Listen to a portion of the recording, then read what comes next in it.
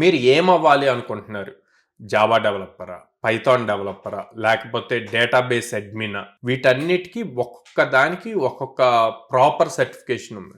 For example Java తీసుకున్నాం అనుకోండి. Java అన్నది ఒరాకిల్ కంపెనీ వాళ్ళది. సో జావా పేరు మీద చాలా సర్టిఫికేషన్స్ వస్తాయి. అవన్నీ వాల్యూ ఉండవు. ఒరాకిల్ కంపెనీ నుంచి ఏదైతే మీకు సర్టిఫికేషన్ వస్తుందో అదే వ్యాలిడ్ అండ్ మీ రెజ్యూమ్ కి 100% వెయిటేజ్ పెంచుతుంది.